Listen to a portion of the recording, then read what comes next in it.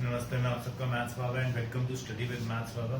11th class GP कर रहे थे, ज्योमेट्रिक प्रोग्रेशंस। सम का क्वेश्चंस भी किए थे, एंड टर्म भी किया था। आज आगे चलते हैं, कुछ बहुत अच्छे क्वेश्चंस लेके आया हूँ आप लोगों के लिए। काफ़ी डाउट्स भी आए थे, ठीक है ना। आज डाउट्स को भी डिस्कस करेंगे, उसके अलावा कुछ बहुत अच्छे क्वेश्चन डिस्कस करेंगे। So let's start the day. जय माता दी, जय गुरु जी। तो पहला क्वेश्चन मैंने यहाँ लिखा है आप लोगों के लिए, बहुत बड़ा क्वेश्चन था, मैंने पहले लिख के रख दिया एडवांस में। कहते भैया, person writes a letter to 4 of his friends. एक बंदे ने 4 अपने दोस्तों को लेटर लिखी है। He asked each one of them to copy the letter and send to 4 different people. उसने कहा भैया चारों बंदे लेटर को कॉपी करके और आगे 4 बंदों को भेजो and move the chain accordingly. ऐसी चेन चलती रहनी चाहिए। कहते 50 पैसा लगता है to mail 1 letter. It cost 50 पैसा एक लेटर को भेजने के लिए, मेल करने के लिए। कितना अमाउंट स्पेंट होगा when 8th set of letter is made. ठीक है, 8वां सेट ऑफ लेटर जाएगा तो कितना वो लगेगा, आप समझिए बात।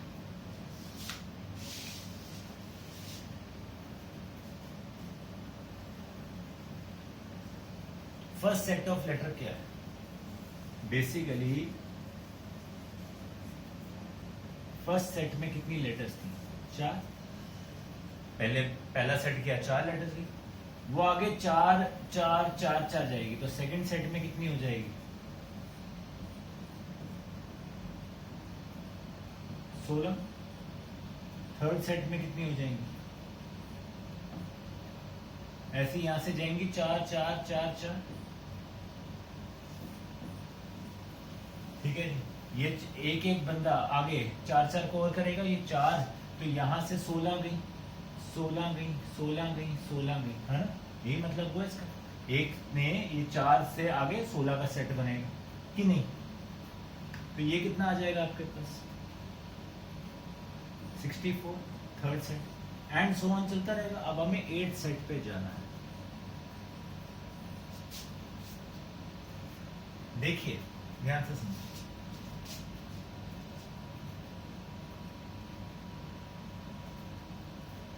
फर्स्ट सेट लेटर्स कितनी?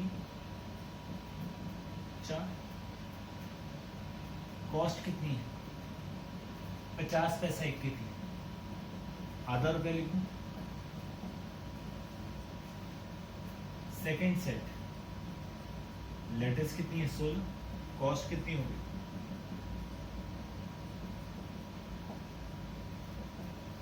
8। Third set 64। कॉस्ट कितनी होगी? 32। जाएगा ये ऐसे। फोर्थ सेट, चलो एक और लिख देते हैं। फोर्थ सेट अब 64 इंटू 4 हो जाएगा, तो 256 आ जाएगा। तो कॉस्ट कितनी आ जाएगी?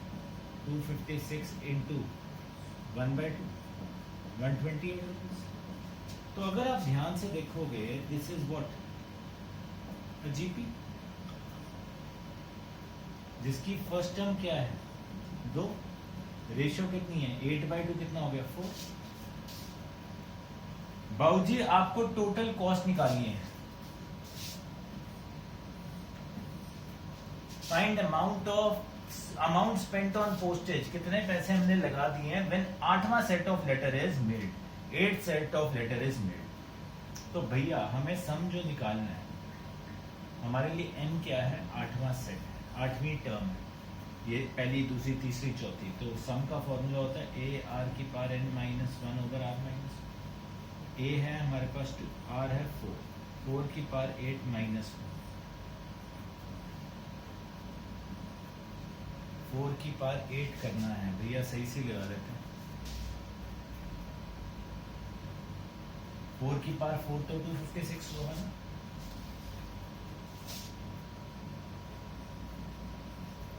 ये 4 की पावर 4 है, तो 4 की पावर 8 कितना हुआ? 256 इंटू 256। ये आपके पास आ गया बच्चा पार्टी 36, 3 गया यहाँ 3, 15। ये आपके पास आ जाएगा शायद 1280, अगर मैं गलत नहीं हूँ, थोड़ा बहुत आता है मुझे भी मैथ्स। 512, 6, 3, 10, 15, एक गया यहाँ पे 3, 4 5 6 ये आ रहा, तो ये बन गया 2 इंटू 65536 माइनस 1, तो ये हो जाएगा 65535 अपॉन 3। अब ये टाटा, ये बाय बाय, 2 1 25 8 13 4, 2 इंटू 2 1 8 4 5, तो भैया ये आ गया आपके पास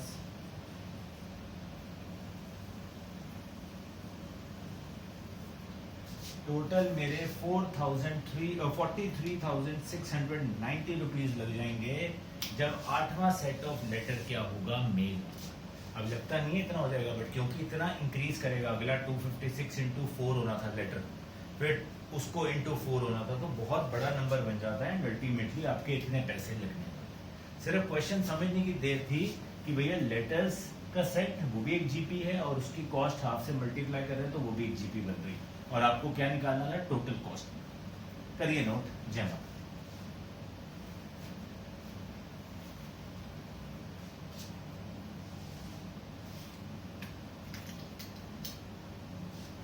ठीक है बेटा ना।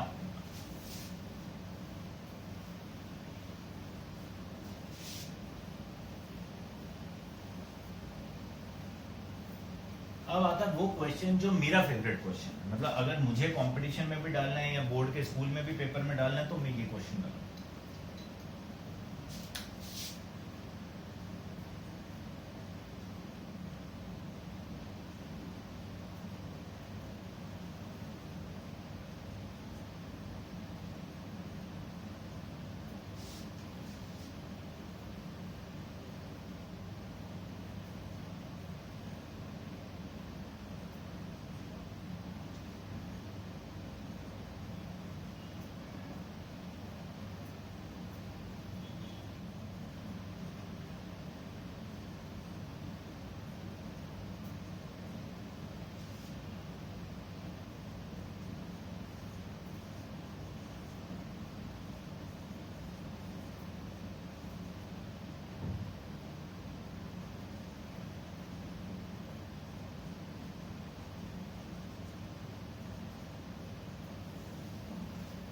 A GP consists of even number of terms.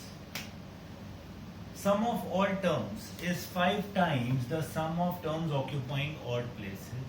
Find common ratio. कहते एक GP है जिसमें क्या है, even number of terms है। क्या है, even number of terms। कोई बात, अच्छी बात है। Let GP है 2n terms।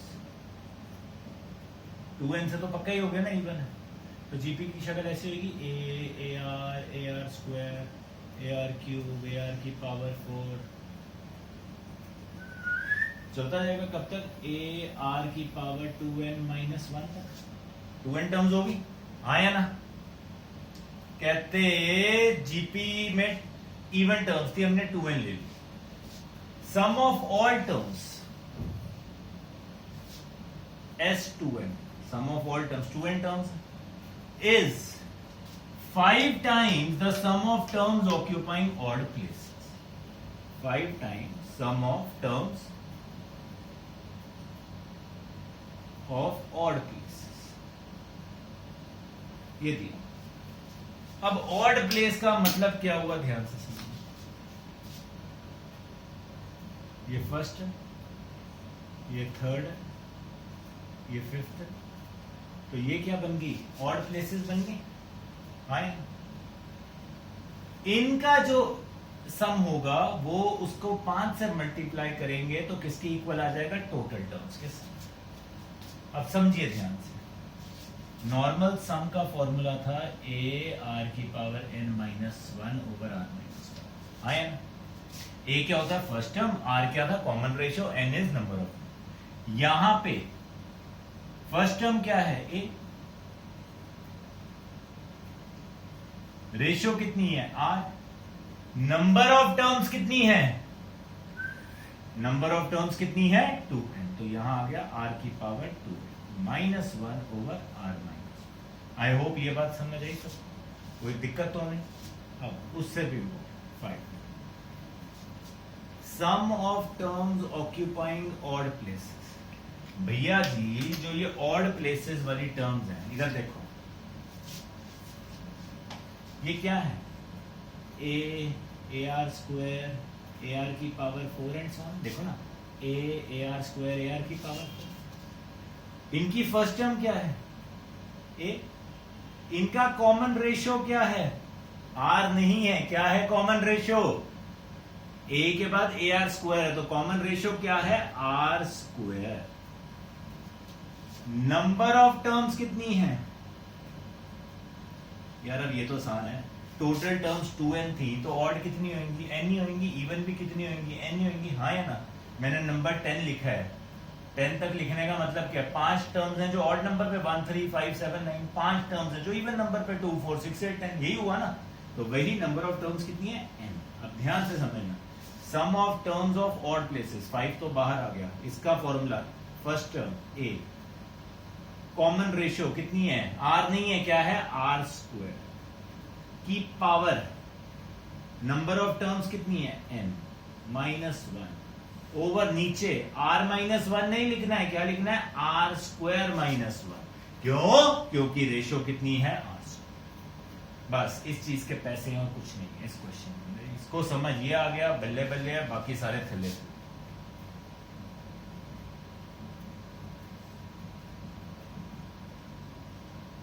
आर की पार्ट 2 है, यहाँ n है, तो क्या बन गया? आर की पार्ट 2 नहीं हो गया? आर स्क्वायर -1 को इंग्लिश में लिख सकते हैं r -1 r plus the tata the bye bye, the tata the bye bye, the tata the bye bye. ये बचा r+1 बॉर्डर पार चला गया, is equal to 5, r is equal to 4। खत्म क्वेश्चन। गेम क्या थी? इंग्लिश में क्वेश्चन था, टर्म ऑक्यूपाइंग ऑड प्लेसेस। तो बाबूजी वो भी जीपी बना रही थी, और उस जीपी के अंदर रेशियो आर नहीं थी। क्या थी? आर स्क्वायर थी। जय माता दी। क्वेश्चन खत्म। करिए नोट। शाबाश।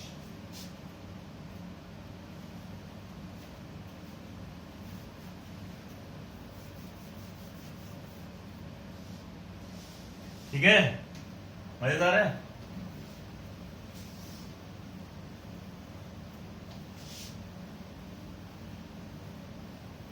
ये आपको मिसलेनियस में मिलेंगे क्वेश्चन, बहुत अच्छे क्वेश्चन है सारे के सारे।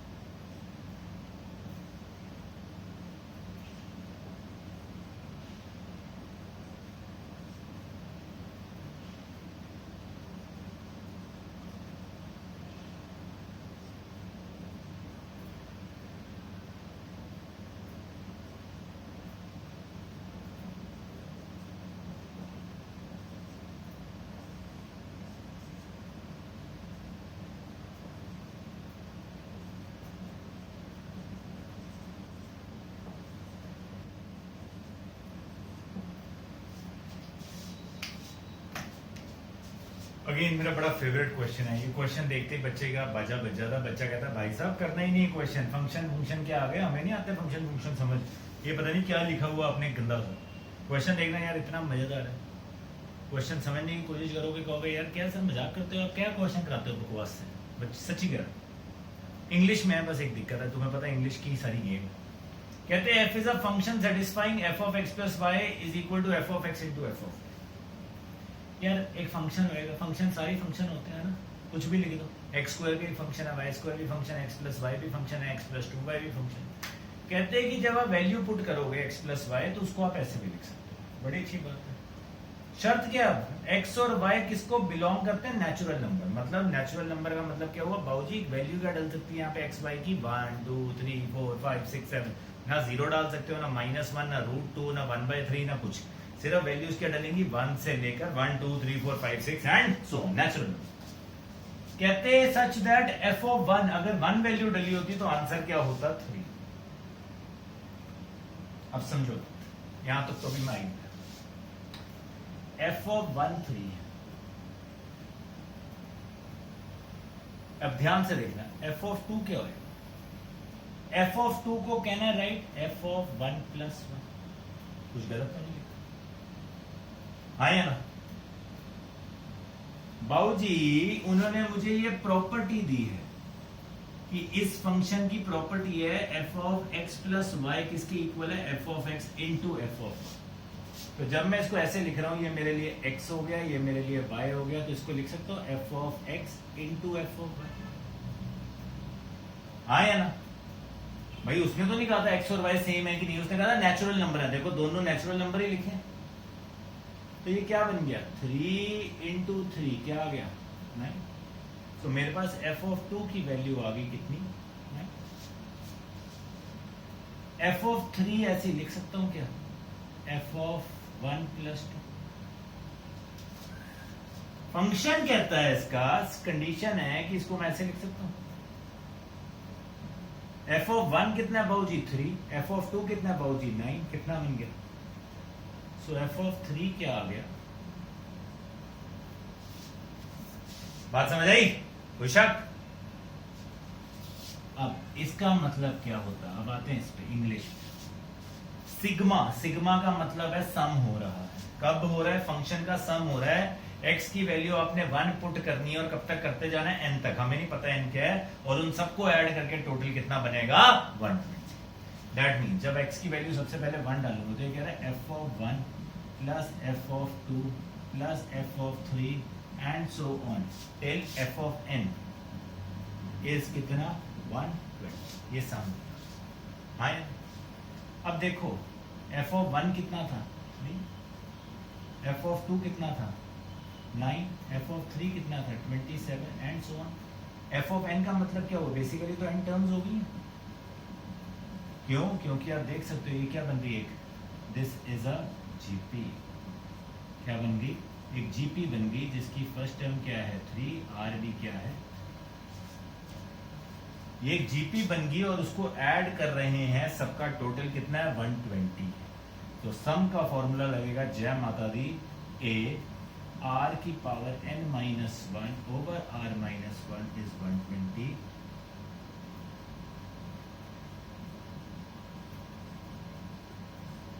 ये 2 यहां आ गया, 3 वहां।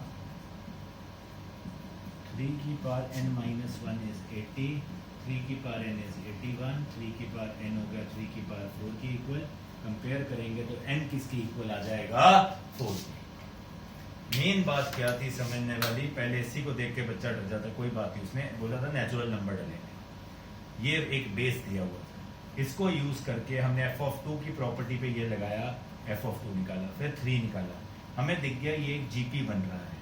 और यहाँ इसका मतलब क्या होता है? सम का सबने पढ़ा हुआ स्टैट्स में बचपन में, इसका मतलब होता है सिग्मा समेशन ऐड कर रहे हैं कब तक? n तक। बस देखने में गंदा लगता है इसलिए बच्चा छोड़ा, क्वेश्चन में कुछ भी नहीं है। करिए ध्यान से नोट प्लीज।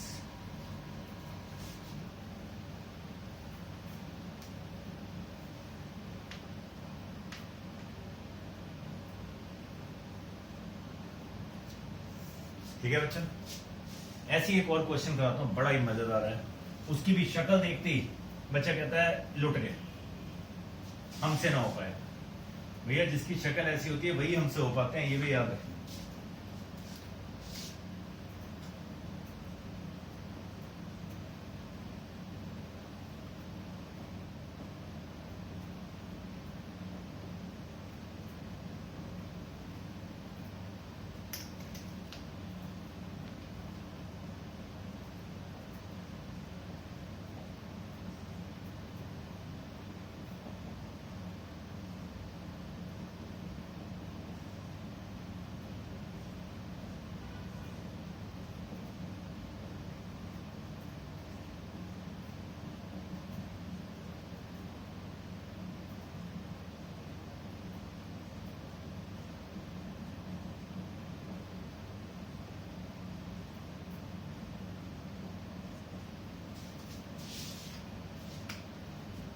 कंपटीशन बढ़ाना है तो 4 ऑप्शन दे देंगे आपको। क्या लिखा? कहते हैं A and B the N term of GP such that n is equal to 1 से 100 सिग्मा समेशन है a to n लिखा हुआ इज इक्वल टू 12। अब इसका मतलब क्या, ध्यान से देखो, बच्चा देखते ही छोड़ देता है क्या आ गया, क्या लिखा है ए टू एन, एन की वैल्यू 1 डालनी है सबसे, क्या डालनी है 1,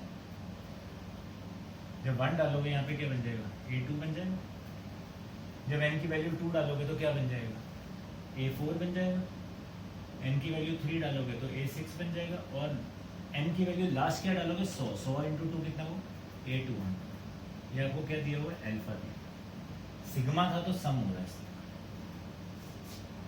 यार, अब सबको पता है ए 2 का मतलब क्या होता है सेकंड टर्म, ठीक है ना, ए 4 का मतलब क्या हुआ ए आर क्यूब, इसका मतलब क्या हुआ ए आर की power 5,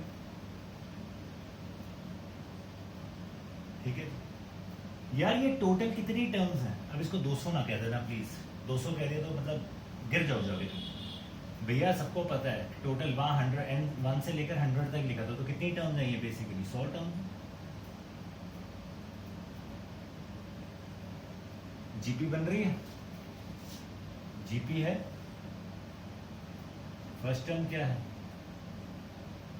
A R, common ratio क्या है आर स्क्वायर, ठीक है जी, एन कितना है 100, सम का फॉर्मूला लगाओ, सम का फॉर्मूला होता है फर्स्ट टर्म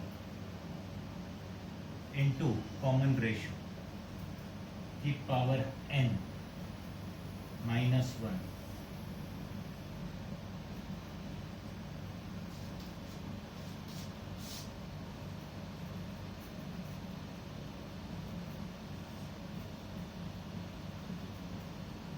आगे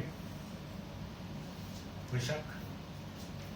अब इसको देखो, इसने कहा ए 2n -1, भैया एन की वैल्यू 1 डालोगे तो क्या बन जाएगा ए 1 आ जाएगा, एन की वैल्यू 2 डालोगे तो ये बन जाएगा ए 3, एन की वैल्यू 3 डालोगे तो ए 5, एन की वैल्यू 100 डालोगे 100 इंटू 2 200 -1 क्या आ जाएगा 199। अब इसका मतलब क्या हुआ ए है, ये ए आर स्क्वायर है, ये ए आर की पावर 4 है, और कितनी टर्म्स हैं ये भी 100 ही हुई ना, जीपी बन रही है, जीपी है, फर्स्ट टर्म क्या है ए, कॉमन रेशियो कितनी है आर स्क्वायर, यहाँ पे नंबर ऑफ टर्म्स 100,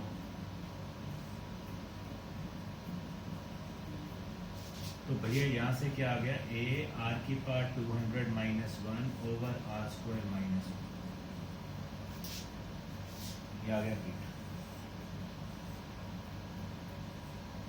अगर आप 1 को डिवाइड कर दोगे 2 से तो ये बन जाएगा आपके पास, ध्यान से ए आर आर की पार्ट 200 -1 ओवर आर स्क्वायर -1, ये डिवाइड करेगा तो मतलब उल्टा करते हैं इसको, into R square -1 A R की part 200 -1 is equal to alpha by beta, यही होगा। जय माता, क्या बचा सिर्फ एक आर बचा, किसकी इक्वल अल्फा बाय, ये क्या है मेरा आंसर। अब क्वेश्चन देखने में इतना गंदा सा लगता है, बच्चा कहता है यार होगा ही नहीं, अल्फा बीटा ए पता नहीं सिग्मा क्या क्या लिख दिया है, क्या करेंगे, कुछ नहीं यार, आपने सिर्फ उसको सोचना है कि क्या क्या है, वैल्यूज पुट करो, आंसर आया बड़े मजे से, क्लियर, करिए नोट। जय माता।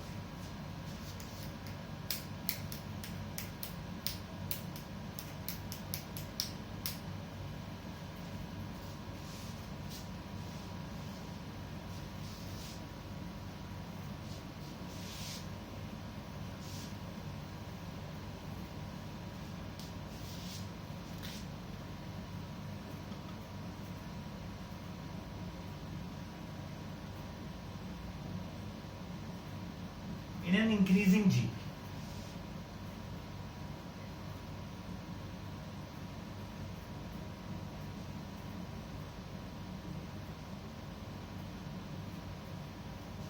sum of first and last term is 66.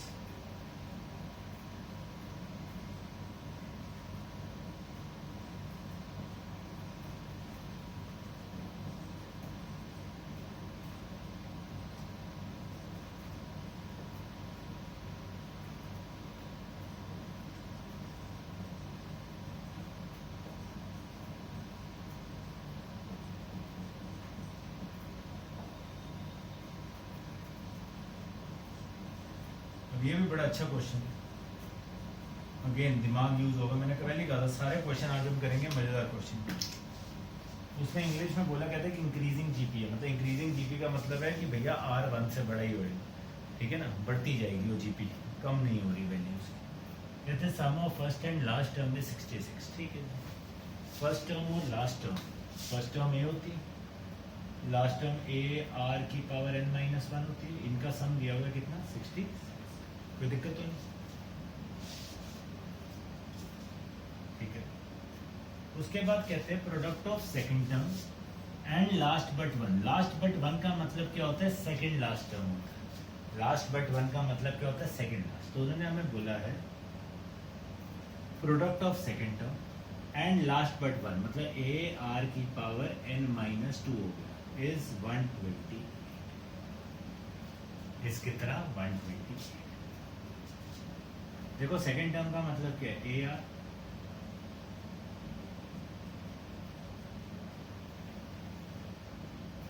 यार इसको मैं ऐसे भी लिख सकता हूँ, देखो ध्यान से, ए इंटू ये आर, अगर मैं यहाँ भेज दूँ ए आर की पावर n माइनस,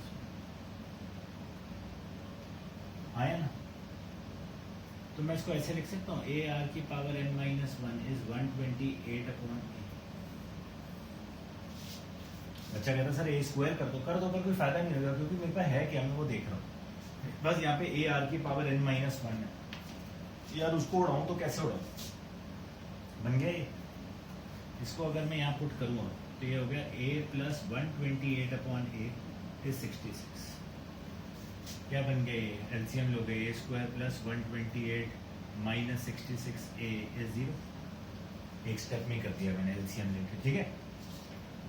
ए स्क्वायर माइनस 64 ए माइनस 2 ए प्लस 128, मिडिल टर्म स्प्लिटिंग करो तो a common a minus 64 minus 2 common a minus 64, सो यार a आ गया या तो 2 या फिर a कितना आ जाएगा 60।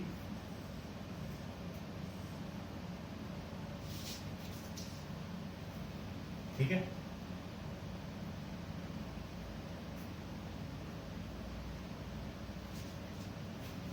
यार अब देखो सीधी सी बात, ध्यान से सुनो। उसमें बोला था sum of first and last term में, फर्स्ट एंड लास्ट टर्म में 66। अगर फर्स्ट टर्म 64 होगी तो लास्ट टर्म कितनी होगी 2, और वहाँ इंग्लिश में लिखा हुआ इंक्रीजिंग जीपी है, कौन सी जीपी है, इंक्रीजिंग। तो भैया नॉट पॉसिबल, समझे ना बात, इंक्रीजिंग है मतलब ए छोटा होना चाहिए, लास्ट टर्म बड़ी होनी चाहिए। अब ए यहाँ पे 2 है तो लास्ट टर्म कितनी है 64, इंक्रीज हो रही है ना, तो ये सही है, ठीक है। उसके बाद उन्होंने बोला सम ऑफ टर्म्स इज कितना 126, सम ऑफ टर्म्स कितना है बच्चे 126।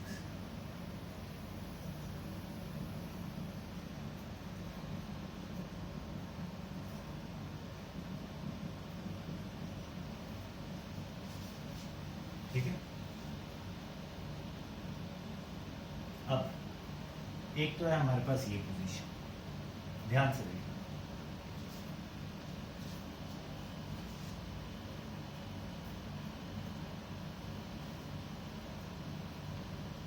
ये वैल्यू को हम यहाँ पे पुट करते हैं तो बन गया 2 इंटू आर की power n minus 1 is 128 by, तो आर की पावर n माइनस 1 कितना है, ये आया हमारे पास, ए कितना है 2,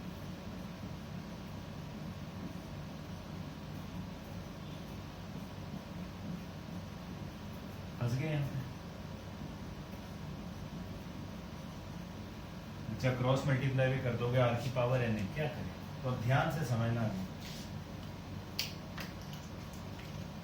गाइस।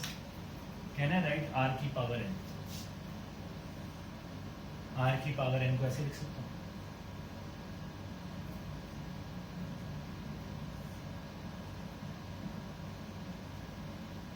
आर की पावर n को ऐसे लिख सकता हूँ, आर की power n minus 1 into R, कुछ गलत तो नहीं लिखा, वही बात है। अब मुझे इसकी वैल्यू पता है, आर की पावर n माइनस 1 की कितनी है 32, तो ये वैल्यू जब यहाँ पुट की तो ये बन गया 32 R minus 1 over R, 32r minus 1 is 63r minus 63। ये आपके पास आ जाएगा, वहाँ गया ये 62 हो गया, ये 31r हो गया, r आ गया स्वीट हार्ट्स। अब r2 आ गया तो यहाँ पे पुट किया तो 2 की पावर n माइनस 1 इज 35, तो 2 की पावर n माइनस 1 इज 2 की power 5, n minus 1 is 5, n कितना आ जाएगा आपके पास, ये मेरा आंसर। तो क्वेश्चन बिल्कुल भी आसान नहीं है, ट्रिकी क्वेश्चन है, किसी भी स्टेप में फंस गए तो फंस गए। पहली बात तो इंक्रीजिंग जीपी थी, तो ये पता होना चाहिए कि ए बड़ा होगा, लास्ट ए फर्स्ट टर्म छोटी होगी, लास्ट बड़ी होगी। लास्ट बट 1 नहीं पता होता बच्चों को, सेकंड लास्ट टर्म। वहां से मैंने कैसे सोचा कि ये वैल्यू को मैं वहां लेके जाऊं, क्योंकि मेरे को यहाँ 3 वेरिएबल दिख रहे थे, ए आर और एन, तीनों ही नहीं पता, तो मैं बर्बाद हो जाता अगर मैं यहाँ पे मेरे को पूरे के पूरे एक टर्म को उड़ाना था, सिर्फ एक वेरिएबल में चेंज करना था। अगर वो सोच पाए उसके बाद आगे कैसे होगा, वेरी कॉम्प्लिकेटेड क्वेश्चन, ध्यान से करिए, बहुत इंपॉर्टेंट क्वेश्चन।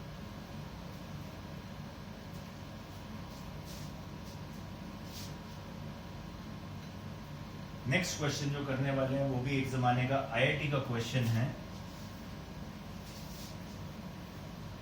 बड़ा ही अच्छा क्वेश्चन है। आजकल बेचारा एनसीईआरटी में धक्के खा रहा है, पर ये बात पक्की है कि अगर वो पेपर में डाल दो तो 90% बच्चा वो क्वेश्चन कर नहीं सकता, करवाया हुआ है उसके बावजूद नहीं कर सकता। It is that good a question.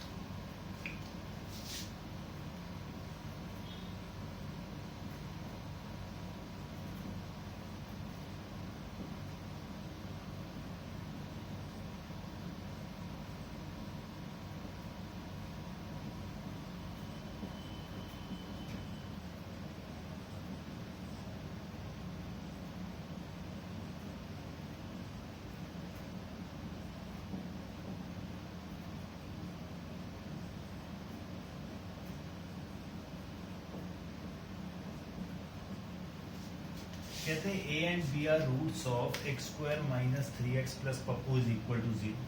C and D are roots of X square minus 12x plus queen is equal to 0। अबू बबू चब्बू डब्बू A B C D are in GP. To prove है q plus P over q minus P is equal to 17/50। Obviously जब competition में question आता है तो टू प्रूव नहीं आता, वो कहते हैं फाइंड दिस वैल्यू, 4 ऑप्शन दे देते हैं। एनसीईआरटी में और कंपटीशन में ये फर्क होता है, एनसीईआरटी में हर चीज टू प्रूव हो जाती है, कंपटीशन में आपको आंसर निकालना होता है 4 ऑप्शन के बाद। बहुत ही प्यारा क्वेश्चन है, बड़ा क्वेश्चन है, हम उसको करेंगे, थोड़ा दिमाग लगा के ध्यान से देखिएगा सारे के सारे। कई बच्चे हैं सीबीएसई वालों को किया होता है टॉपिक पर याद नहीं होता, आईसीएसई ने बेचारों ने पढ़ी नहीं होती, तो मैं दोबारा एक बार सबके लिए समझा रहा हूँ, तो देखना ध्यान से। If ax square plus bx plus c is equal to 0, alpha beta are roots, तो अल्फा प्लस बीटा जिसको हम कहते थे sum of roots SOR is minus B by A. Alpha into beta product of roots TOR is C by A. ये 10th ICSE ने नहीं पढ़ा होता, 10th सीबीएसई ने प्रॉपरली किया होता है, तो remember this thing, very important. ठीक है जी, अब ध्यान से देखिए,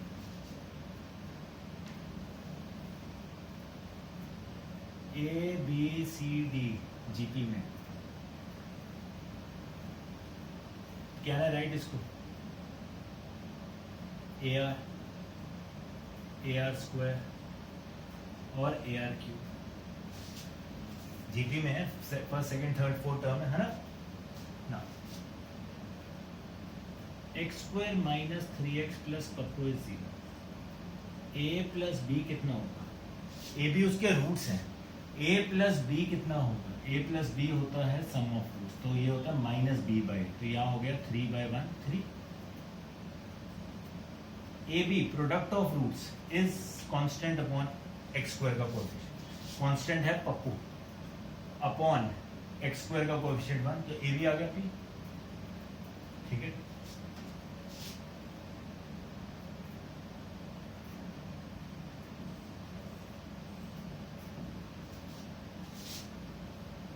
x square minus 12x plus queen is 0।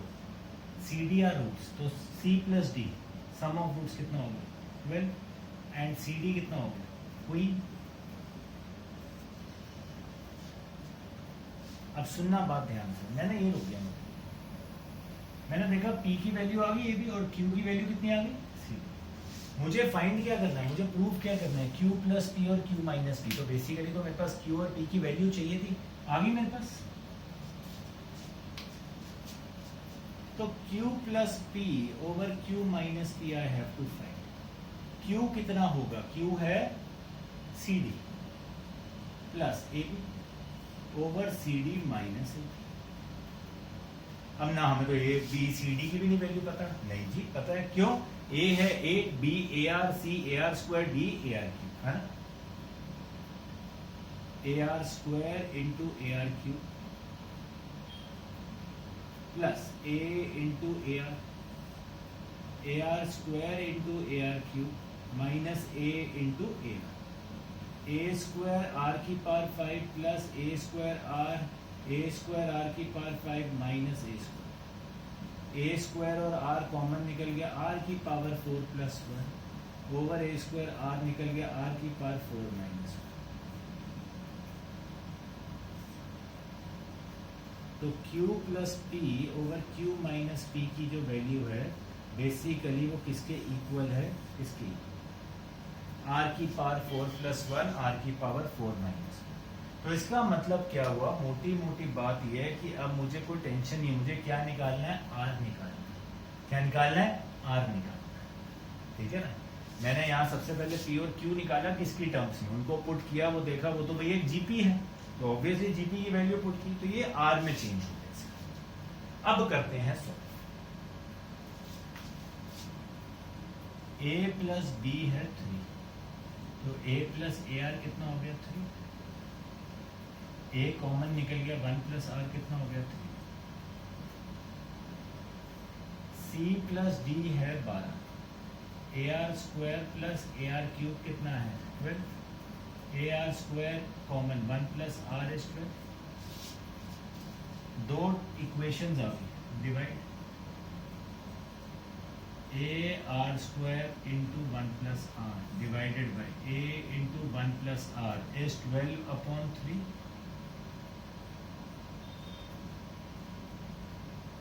R square कितना आ गया 4, R स्क्वायर 4 आ गया, तो R की पावर 4 कितना आ जाएगा, इसका स्क्वायरिंग करेंगे क्या आ जाएगा 16, हमने यहां पे पुट किया तो क्या आ गया 16 plus 1 over 16 minus 1 that is 17 by 15 answer.